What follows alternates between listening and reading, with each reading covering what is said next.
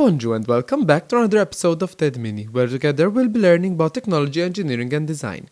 In today's episode we'll be talking about gates and truth tables.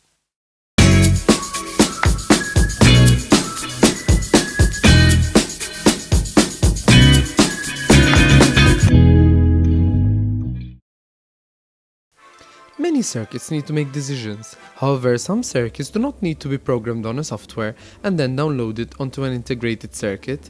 These specified ICs are called logic gates, and they exist to enable us to make simple decision-making circuits.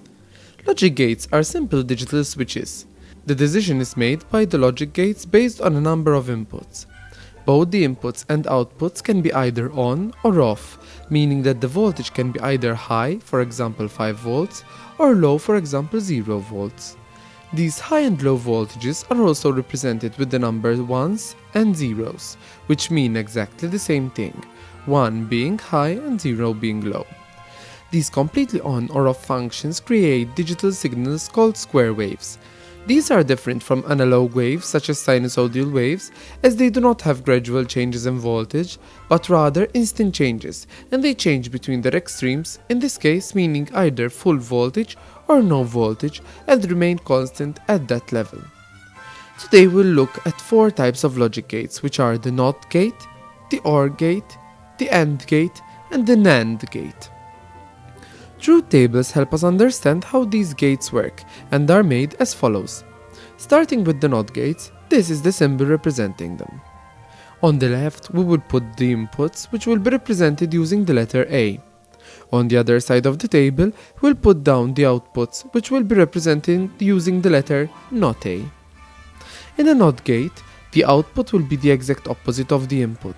So if the output is low, the NOT gate will say the output will not be this input. So if the input is low, the output will be high. And exactly the opposite if the input is high. The next gate is the OR gate. Now we have 2 inputs and 1 output. We will label the inputs as A and B and the outputs as A or B. We will write the inputs in the truth table always as follows when we have 2 inputs. So, in this case, the gate will make the statement: my output will be high only if A or B are high. So we can assume that the output will be low only when both inputs are low.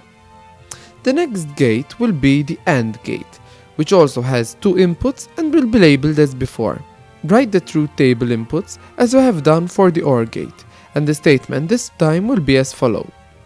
The output will be high only if A and B are high. So we can automatically assume that the output will always be low except when both A and B are high. The last gate which we will be exploring is the NAND gate, which is like adding a NOT gate to the output of an AND gate, hence the NAND gate. Its statement is now: the output will be high only if A and B are not both high. So the only time when the output will be low is when both the inputs are high. The rest of the time, the output will be high, exactly the opposite of the AND gate. And that will be all for today's episode of T.E.D Mini. If you have been, thanks for watching.